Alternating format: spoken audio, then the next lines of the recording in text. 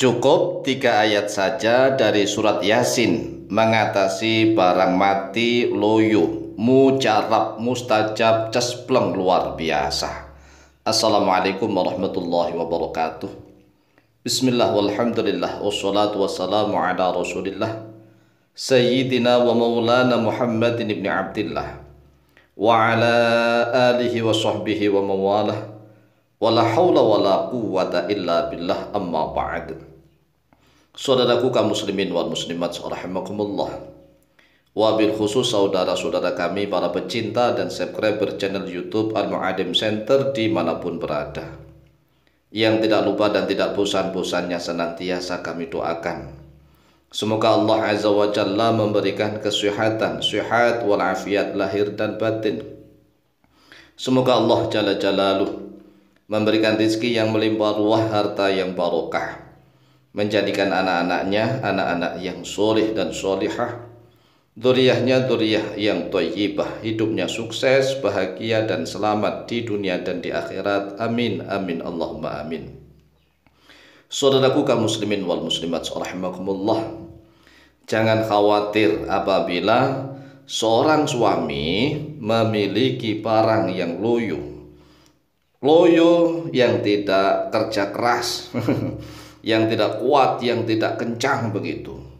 Loyo, jangankan loyo nih, yang sudah mati, yang tidak bisa manggung, nggak bisa manggung sama sekali, insya Allah dengan barokah fadilah 3 ayat di dalam surat Yasin, biidznillah dengan izin Allah barang itu bisa hidup lagi. Yang awalnya loyo menjadi keras kencang, mampu bekerja, perang menerjang-nerjang begitu. Pokoknya nerjang tanpa lelah. Surat Yasin, lihat di dalam ayat yang ke-77, kemudian 78 dan 79. Insya Allah mayoritas umat Islam di Indonesia ini karena sering yasinan, maka insya Allah sudah hafal nih. Hanya 3 ayat saja.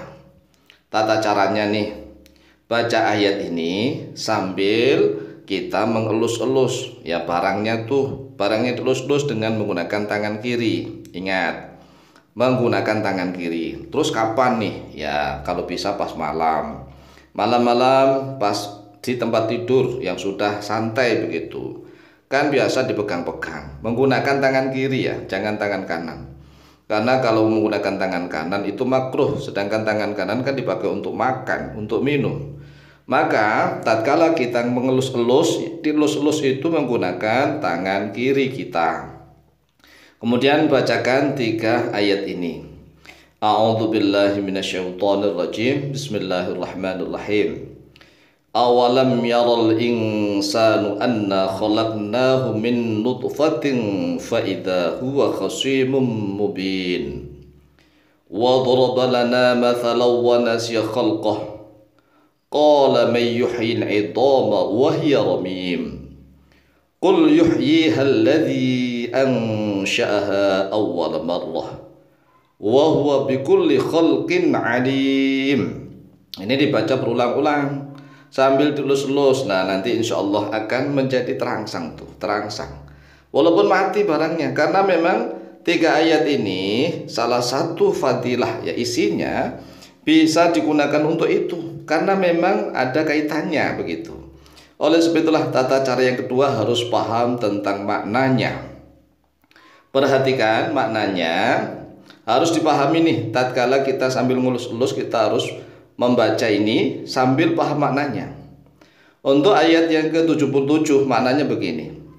Awalam yaral insanu, apakah tidak melihat al-insanu oleh manusia, anna khalaqnahu, bahwa sesungguhnya kami, kata Allah, khalaqna yaitu telah menciptakan oleh kami hu kepada manusia, pada insan, min nutfatin, dari nutfah. Nutfah itu apa? Nutfah itu air sperma, air mani. Jadi ini sangat berkaitan nih ya, makanya harus dipahami maknanya.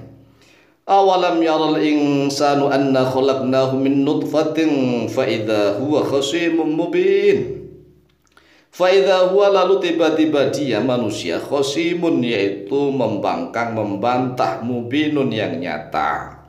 Kemudian tatkala kita membaca, kita bermaksud untuk barang kita gitu. Apakah manusia itu tidak melihat bahwa sesungguhnya kami, kata Allah, menciptakan dia itu dari sperma, dari mani. Lalu tiba-tiba dia menjadi pembangkang, ya, tidak memenuhi perintah, tidak taat. Mubinun yang nyata. Tidak sama dengan barangnya. Kamu ini diciptakan oleh Allah dari sperma, dari air nutfah. Lalu kenapa engkau loyo begitu? Kenapa engkau mati? Ayo hidup lagi, ayo begitu. Ayo begitu ya, paham nih ya. Ayo jangan mati, ayo bekerja, menendang, ayo begitu, berjuang, menendang, menembus begitu. Kemudian untuk ayat yang ke-78.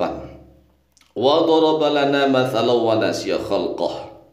Wa daraba, dan telah menjadikan oleh dia insan. Daraba artinya awalnya memukul. Jadi lafaz doroba itu pada awalnya lafadznya bermakna memukul, tetapi di sini berarti atau bermakna menjadikan. Manusia itu menjadikan lana untuk kami, kata Allah, mathalan pada mathal, contoh perbandingan. Jadi jangan sampai manusia itu membuat perbandingan kepada Allah. Wa nasiya, dan lupa oleh dia insan khalqahu, pada ciptaannya. Manusia janganlah lupa pada ciptaannya, ya, sesuai dengan fungsinya. Manusia diciptakan untuk apa, berfungsi apa begitu, termasuk barangnya itu. Nah, kan barangnya itu fungsinya untuk apa? Apakah hanya untuk gondal-gandul doang? Kan enggak. Ada fungsinya, yaitu untuk membahagiakan sang istri. Maka jangan loyo, jangan mati. Wa daraba lana mathalan wa nasiya khalqah. Qala, berkata oleh dia insan manusia, may yuhyil idhama wa hiya ramim. Man, bermula siapakah, yuhyi, yang menghidupkan oleh dia, man al idhama, pada tulang-tulang. Wa hiya, dalam keadaan bermula dia idham, ramimun, aslinya ramimatun, yaitu sudah hancur luluh. Jadi ini tatkala membaca tolong dipahami maknanya.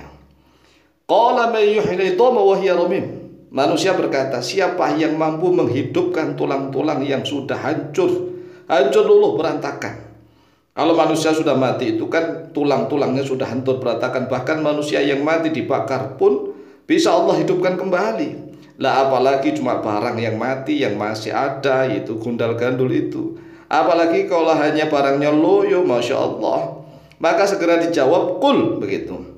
Qul, katakanlah oleh engkau, wahai Muhammad, yuhyiha alladhi ansha'aha awwala marrah.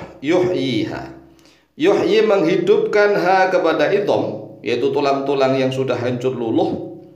Alladhi, oleh zat yang ini siapa? Yaitu Allah. Ansha'ah, yang telah menumbuhkan. Allah yang telah menumbuhkan oleh alladhi, ya, ha, pada idham, awwala marrah, pada awal permulaan. Maksudnya bagaimana? Tatkala kita membaca qala may yuhyil idhama wa hiya ramim, siapakah yang menghidupkan tulang-tulang yang telah hancur luluh, sedangkan tulang-tulang itu sudah, ya, nggak bisa menyatu. Qul, maka katakanlah begitu. Yuhyiha, menghidupkan kepada tulang-tulang itu, alladzi, yaitu zat yang maha perkasa, Allah Azza wa Jalla, ansya'aha, yang telah menghidupkan tulang-tulang itu, yang telah menciptakan tulang-tulang itu, yang telah menumbuhkan tulang-tulang itu, awwala marrah, pada awal pertama kali. Wa bermula dia Allah bikulli khalqin, pada setiap ciptaan, alimun, yaitu maha mengetahui. Demikian, silahkan diamalkan, insyaallah mustajabah biidznillah, wallahu ta'ala a'lamu bishawab.